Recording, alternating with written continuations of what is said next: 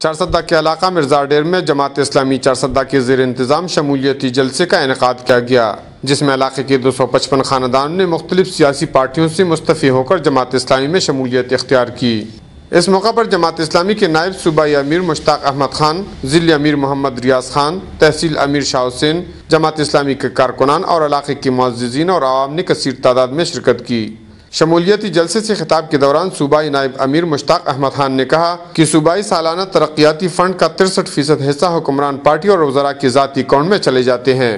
انہوں نے مزید کہا کہ حکومت کی ناکامی کا واحد ثبوت یہ ہے کہ 2 مہینے گزرنے کے باوجود چارسدہ کے متاثرین کو یوٹیلیٹی بلز، آبیانے اور ٹیکس معاف نہ ہو سکے اور نہ ہی خیبر پختونخوا کے متاثرین کو وطن کارڈ کا اجرا ہو سکا۔ انہوں نے کہا کہ انگریزوں کی گود میں بیٹھ کر وطن عزیز کے خلاف سازشیں ہو رہی ہیں، جن کے عوض ڈالروں کے چیک وصول ہو رہے ہیں۔ انہوں نے کہا کہ دکھی انسانیت کی خدمت جماعت اسلامی کا شیوا ہے۔ جماعت اسلامی ایک سیاسی جماعت نہیں بلکہ عالمگیر تحریک ہے، جس کے کارکنان اشاعتی دین اور اسلام کی سربلندی کے لیے جدوجہد پر یقین رکھتی ہے۔ شمولیتی جلسے سے ضلعی امیر محمد ریاض خان اور دیگر ذمہ داروں نے بھی خطاب کیا۔ کفایت اللہ، اے نیوز، چارسدہ۔